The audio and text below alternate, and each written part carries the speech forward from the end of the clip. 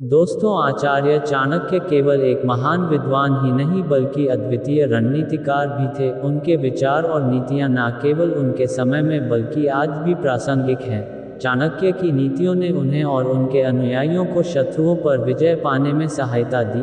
आज हम चाणक्य नीति की उन 7 महत्वपूर्ण रणनीतियों पर चर्चा करेंगे जिनसे आप अपने शत्रुओं को बिना किसी संघर्ष के परास्त कर सकते हैं और उनकी असलियत उजागर कर सकते हैं। चाणक्य की पहली रणनीति है शत्रु को भ्रमित रखना। चाणक्य का मानना था कि यदि आप अपने शत्रु की योजनाओं और उद्देश्यों को भांप लें और उसे अपनी योजनाओं से अनजान रखें तो आप उसे आसानी से मात दे सकते हैं। इसके लिए आवश्यक है कि आप अपनी ताकत और मंशा को छिपाए रखें ताकि शत्रु आपकी वास्तविक स्थिति का अनुमान ना लगा सके। आप शत्रु को भ्रमित कर सकते हैं तो आप उसे आसानी से हरा सकते हैं। शत्रु को कभी भी यह पता नहीं चलना चाहिए कि आप क्या सोच रहे हैं या आपकी अगली चाल क्या होगी। ऐसा करने से शत्रु अपने कदम सोच समझकर नहीं उठा पाएगा और उसके फैसले गलत हो सकते हैं। उदाहरण के लिए, अगर किसी युद्ध में आप अपने शत्रु को ये दिखाने में कामयाब हो जाते हैं कि आपकी सेना कमज़ोर है तो वह आपकी कमज़ोरी का फ़ायदा उठाने की कोशिश करेगा, लेकिन जैसे ही वह हमला करेगा आप अपनी वास्तविक ताकत से उसे मात दे सकते हैं। इस तरह भ्रम की नीति से आप अपने शत्रु को उसके ही जाल में फंसा सकते हैं और उस पर विजय प्राप्त कर सकते हैं। दूसरी रणनीति जो चाणक्य ने बताई है वह है शत्रु की कमजोरी का फायदा उठाना। हर शत्रु के अंदर कुछ ना कुछ कमजोरियां होती हैं, चाहे वह कितना भी शक्तिशाली क्यों ना हो। चाणक्य हमें सिखाते हैं कि हमें अपने शत्रु की कमजोरियों को ढूंढना चाहिए और उनका फायदा उठाना चाहिए। ये कमजोरी शारीरिक हो सकती है, मानसिक हो सकती है या फिर उसकी स्थिति या परिस्थिति से संबंधित हो सकती है। उदाहरण के लिए, अगर आपका शत्रु क्रोधी स्वभाव का है तो आप उसे क्रोधित करके उसकी निर्णय शक्ति को कमजोर कर सकते हैं, या अगर आपका शत्रु किसी आर्थिक समस्या से जूझ रहा है तो आप उसकी इस कमजोरी का फायदा उठाकर उसे हराने के लिए उसे और अधिक कमजोर कर सकते हैं। इस तरह शत्रु की कमजोरियों का सही तरीके से उपयोग करके आप उस पर आसानी से विजय प्राप्त कर सकते हैं। तीसरी रणनीति जो चाणक्य ने बताया है वह है शत्रु के अंदर भय पैदा करना। चाणक्य का मानना था कि भय एक ऐसा हथियार है जो सबसे मजबूत शत्रु को भी कमजोर बना सकता है। अगर आप अपने शत्रु के मन में भय पैदा करने में कामयाब हो जाते हैं तो वह खुद बखुदा कतराते हैं, तो वह आपके खिलाफ कोई कदम उठाने से पहले कई बार सोचेगा। इस तरह भय की नीति से आप अपने शत्रु को मानसिक रूप से कमजोर कर सकते हैं और उसे बिना किसी संघर्ष के हरा सकते हैं।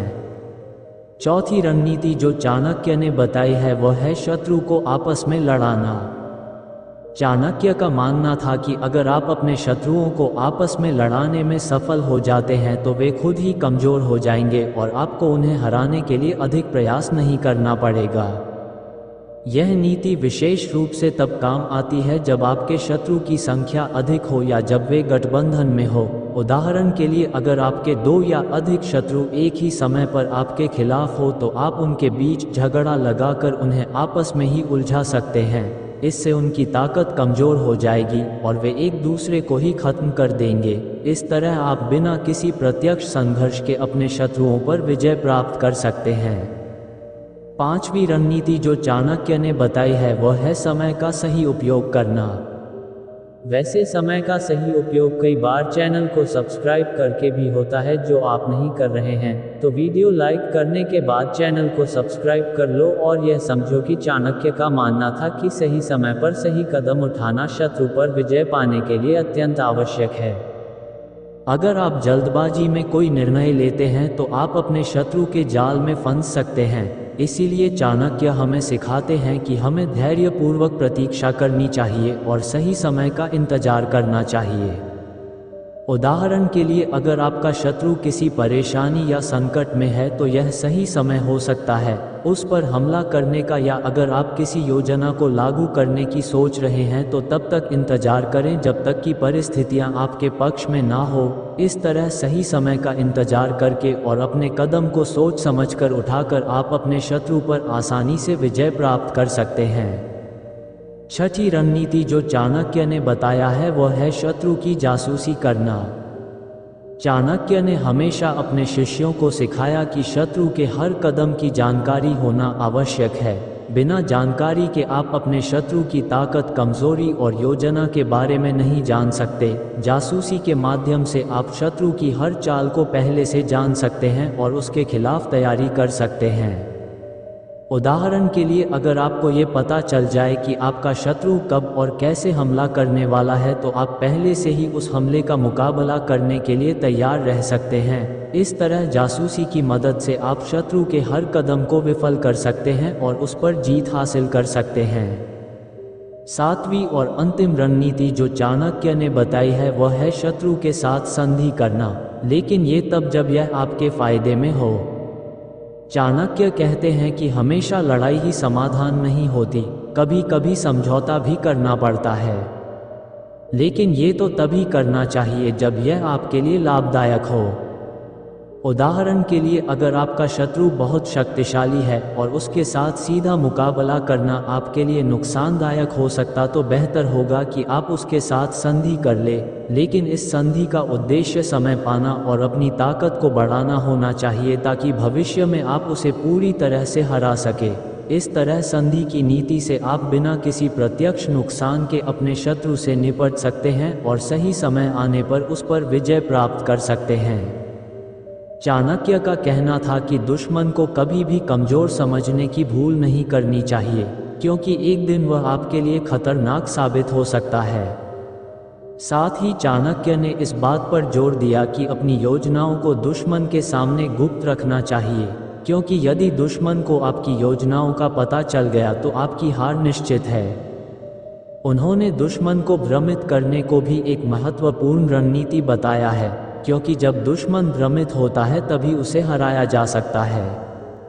चाणक्य की सलाह थी कि अगर दुश्मन शक्तिशाली हो तो उसे सीधे टकराने के बजाय उसकी शक्ति को धीरे धीरे कम करना चाहिए। उन्होंने कहा कि दुश्मन के साथ कभी भी सीधे और खुले तौर पर संघर्ष नहीं करना चाहिए, इसके बजाय उसे अप्रत्यक्ष रूप से कमजोर करना अधिक प्रभावी होता है।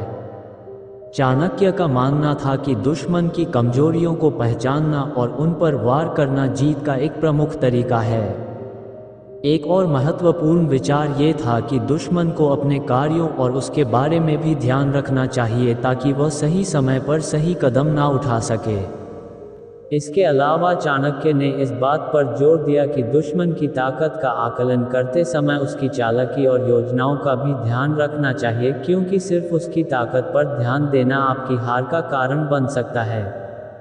अंत में उन्होंने कहा कि दुश्मन के साथ गठबंधन करना एक प्रभावी तरीका हो सकता है जिससे दुश्मन को पराजित करने में आसानी होती है।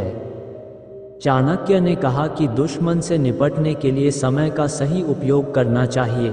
गलत समय पर उठाए गए कदम से दुश्मन का फायदा हो सकता है। इस तरह चाणक्य के यह विचार दुश्मनों से निपटने में सतर्कता, चालाकी और सही समय की अहमियत को दर्शाते हैं।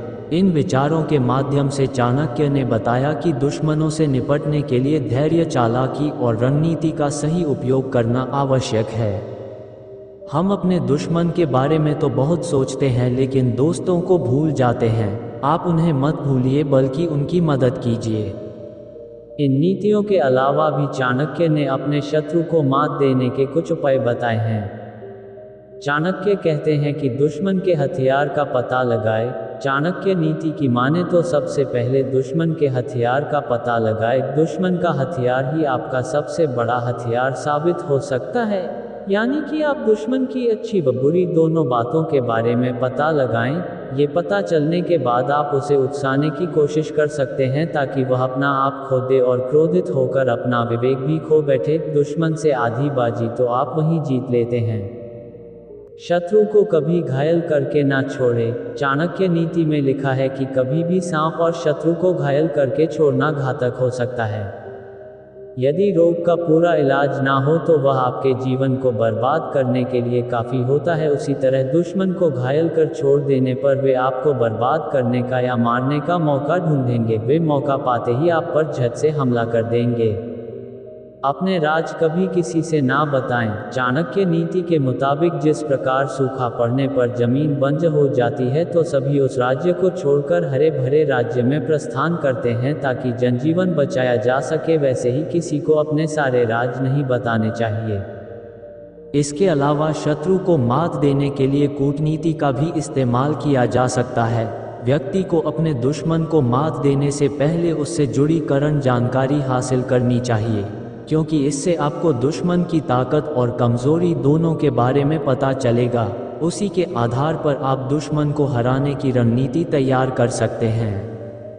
आचार्य चाणक्य का कहना है कि दुश्मन को हराने के लिए हमेशा बुद्धिमत्ता और सूझबूझ से काम लेना चाहिए। यदि कोई आपका अपमान करता है तो गुस्सा करने की बजाय शांत रहे, क्योंकि ऐसे व्यक्ति के समक्ष शांत रहना ताकत का प्रतीक होता है। आचार्य चाणक्य ने इस कथन के जरिए बताया है कि दुश्मन कितना ही ताकतवर क्यों ना हो, अगर वह आपको तकलीफ दे रहा है तो उसके सामने खुश रहना चाहिए। चाणक्य के अनुसार दुश्मन के लिए यह ऐसी सजा है जिसका कोई इलाज नहीं। दुश्मन पर जीत हासिल करने का यह अचूक उपाय है जिसमें ना किसी हथियार की जरूरत है ना ही सहयोगियों की। आप अकेले ही खुश रहकर विरोधियों को ऐसा दर्द देंगे जो सीधे उसके कलेजे पर वार करेगा। विरोधी अपनी दुश्मनी निकालने के लिए सदा व्यक्ति को तकलीफ में देखना चाहता है, लेकिन अगर आप उसके सामने हर परिस्थिति में खुश रहने की कोशिश करेंगे तो यह उसके मुंह पर करारा तमाचा होगा। साथ ही हंसते हंसते परेशानी का हल निकालना भी आपके लिए आसान हो जाएगा, क्योंकि इससे विरोधी के हौसले पस्त हो जाएगा और यह उसके लिए सबसे बड़ी सजा होगी। जीवन में कई ऐसा मौका आता है जब कोई अपना हमें धोखा देता है, पीठ पीछे वार करता है। ऐसे हालात में व्यक्ति अपने करीबियों को सजा नहीं दे पाता, क्योंकि वो दिल के करीब होते हैं। ऐसे मौक़ों पर सबक सिखाना है और बदला लेना है तो उसके सामने हमेशा अपना मिजाज खुश रखिए। ऐसा करके आप उसे जिंदगी भर की सजा दे सकते हैं। हर दुश्मन की कोई ना कोई कमज़ोरी होती है, उसकी कमज़ोरी का गहराई से अध्ययन करें और सही समय पर उसका उपयोग करें। यह आपकी जीत का आधार बन सकता है। चाणक्य नीति के अनुसार शक्ति का सही समय पर इस्तेमाल करना जरूरी है। जल्दबाजी या देरी दोनों ही खतरनाक हो सकती हैं। सोच समझकर निर्णय लें और शत्रु पर प्रहार तभी करें जब वह कमज़ोर हो। चाणक्य का मानना था कि अपनी क्षमताओं और योजनाओं को कभी भी सबके सामने प्रकट ना करें। जब तक आपका शत्रु आपकी असली ताकत से अनजान रहेगा, वह आपसे डरता रहेगा।